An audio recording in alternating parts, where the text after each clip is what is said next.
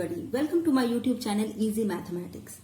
This video is about the relation and comparison of arithmetic mean, geometric mean and harmonic mean. Definitely this is going in a different dimension. I am just giving you the visualization of the arithmetic mean, geometric mean and harmonic mean and how they are related.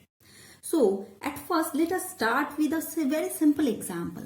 Initially let us consider three progressions AP, GP and HP.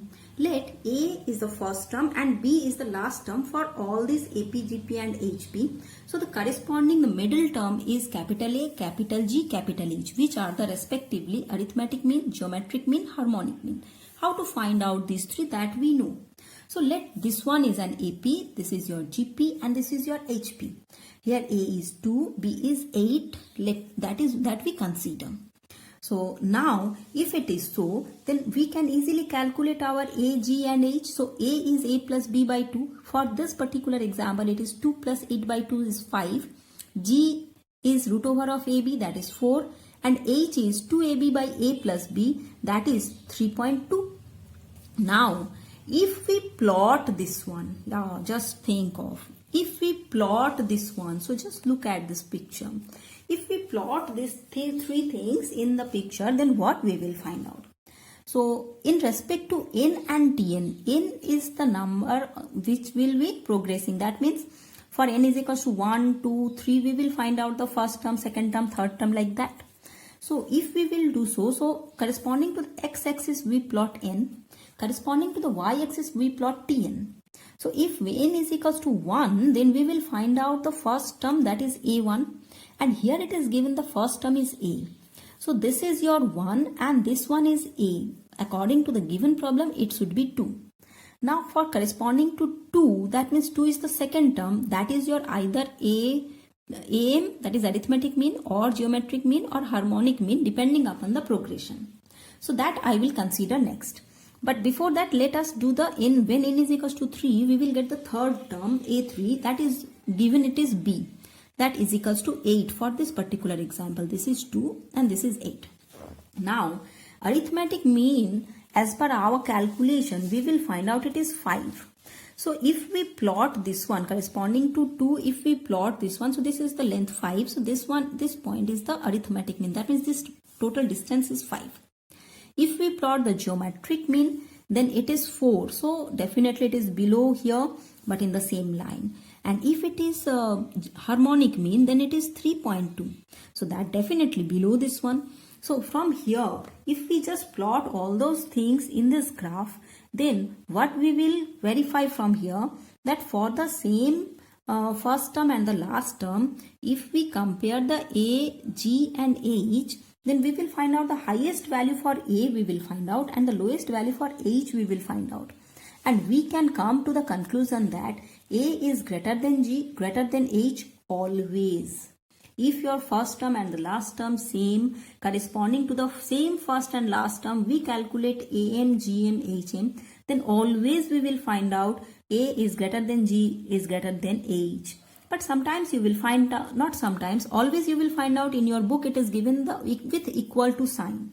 So when this equal to will occur, definitely when your A is equals to B, then this equal to will occur. When A is equals to B, then your this equal to sign will occur. That's so why in general we write A greater equals to G greater equals to H. Not only that, one more thing is very much clear from here. A value is 5, G value is 4 and H value is 3.2. Just find these three values for you find out the common ratio. Common ratio means here the three values are A, G and H.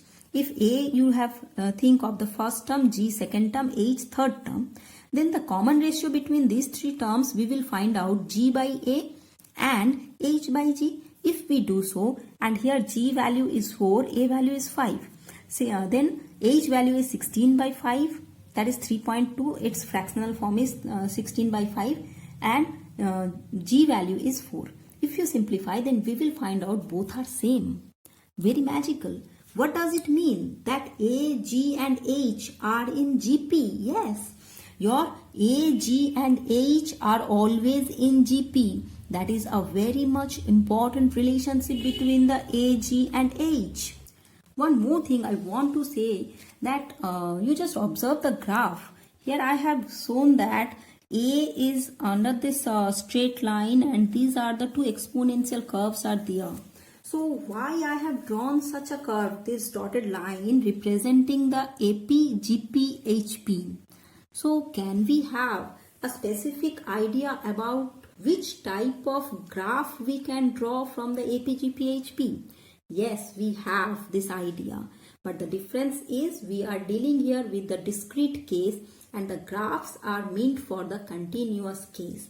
Anyways, what is the geometrical interpretation, or what is the geometrical representation of this AP, GP and HP, that I will discuss in my next video.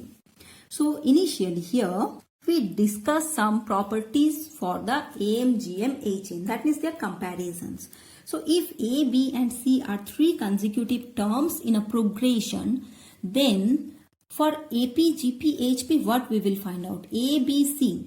If these are in AP, then we will find out A minus B and B minus C is equals to A by A. Actually the ratio, that means the common difference between two consecutive terms are same, and if we take their ratio then it definitely be 1, that I have represented here by A by A. Now if it is A, B, C are in GP, then A minus B, B minus C is equals to A by B. And if this is HP, then A minus B divided by B minus C is equals to A by C. Just for remembrance, you can do that. This one minus this one and this one minus this one. If we take the ratio of this one, that is A minus B, B minus C is A by A by B, A by C. For AP, A by A. For GP, A by B. For HP, A by C. You can remember this one as an identity, and in any sum you can apply this one. Now if two terms are given, if A and B are the two consecutive terms are given in a progression where A is the first term, then if it is in AP, then its Tn can be expressed in this way. We just remove the D from here because first term and second term are known. Their difference is the common difference for AP. Their ratio is the common ratio for GP. And if we take the reciprocal of them, then their difference is the common difference for HP. So now accordingly the Tn can be expressed in this form. Just instead of D we write B minus A here. Instead of R we write B by A, and accordingly here we replace by A and B. The D we will replace by A and B, so that we will find out a new form. Actually these forms are required to do the sums. So if you know these forms, then it becomes easier to solve the sums and you will not become confused. So Tn we will find out here A plus n minus 1 into B minus A. Tn for GP we find out A into B by A into n to the power n minus 1, and HP for we will find out Tn is equals to AB divided by B plus n minus 1 into A minus B. Now the next property is if A1, A2, A3, An are the n terms of a progression, then the arithmetic mean can be calculated by adding all this and dividing it by the total number, that is the arithmetic mean. Geometric mean for we just take the nth root of the product of all these terms, and harmonic mean is just the reciprocal of all these terms. Find out its arithmetic mean, then take its reciprocal. That we know. I just write it here because I want to express here what is weighted mean. What do you mean by the weighted mean? So if A1, A2, An are the n terms in progression with the respective weights. What does it mean weights? W1 is the weight for A1. Means A1 repeating W1 times. W2 is the weight for A2. That means A2 repeated W2 times. In this way, all those terms are repeated that much number of times. If it is so, then what are their weighted mean? So if it is arithmetic mean, then its weighted mean is denoted by A star, which we will find out by A1 into W1 plus A2 into W2 plus A3 into W3. In this way it is An into Wn divided by summation of all those W's, all the weights. That is the total number of terms actually. That's why this is your arithmetic mean, that arithmetic weighted mean you can say, and it is denoted by A star. And geometric mean for the same, it is A1 to the power W1 into A to the power W2. In this way we just take the power, and after that power of 1 upon n, instead of n we just write the summation of all those terms. When it is the harmonic mean, weighted harmonic mean, then accordingly the same way we just take the, instead of A1 it is 1 upon A1. After that remaining terms are same, that means find out arithmetic mean, weighted arithmetic mean, where A1 instead of that you write 1 upon A1, A2 instead of that you write 1 upon A2. After that take its reciprocal so that you will get this one. This is your harmonic mean. Now few more important properties of arithmetic mean, geometric mean and harmonic mean. So the first property is, if A and G are AM and GM between two positive numbers, then what are the numbers? That means if A and B are the two numbers and A is the arithmetic mean of them and G is the geometric mean of them, then what should be the number A and B? That directly we can find out by using this formula. What is this? It is A plus minus root over of A square minus G square. One number is with taking plus and another one is with taking minus. So with an example we can express this one. So if the sum of two number is given 6 times the geometric mean, then so that the numbers are in the ratio this one. What is given? Let two numbers are A and B, and it is given that the sum of these two numbers is the 6 times of the geometric mean. So that we can write A plus B is equals to 6 into G, where G we know it is root over of AB and A is equals to A plus B by 2. So now if we just write, instead of A plus B is equals to 6G, then we will find out A is equals to 3G. If now we substitute for A, that means our first target is to find out A. We know according to this formula that A, that is small a, is equals to capital A plus root over of A square minus G square. If you substitute accordingly, for A we should substitute A for 3G. A square means 3G its whole square and G square let it be. Now if you simplify, you will find out the value is 3 plus 2 root 2 into G. Similarly, B we will find out just by replacing this plus sign by the minus sign, so that we will find out the value of B is this one. Now our requirement is the ratio of these two numbers, so A each to B. So that ratio for, we just write this one is to this one, so G common. So if we cancel these two, then we will find out this is the common. This is the ratio between the numbers A and B, which is our required value, hence the proof. Now one more very important property is, the equation having A and B as its root is x square minus 2ax plus g square is equals to 0, where A is arithmetic mean of AB and G is geometric mean of AB. What does it mean? That if a quadratic equation given, then quadratic equation means it have two roots. If these two roots are A and B, then if we will find out the arithmetic mean of AB and geometric mean of AB, then in terms of arithmetic mean and geometric mean, we can express this quadratic, and it is x square minus 2ax plus g square is equals to 0 always. Not only for second order equation, if it is the third order equation, then also we can express the third order equation in terms of arithmetic mean, geometric mean and harmonic mean. If A, G and H are the respective arithmetic mean, geometric mean and harmonic mean of three numbers A, B and C, then the equation having A, B and C as its root is x cube minus 3ax square plus 3g square by h into x minus g cube is equals to 0.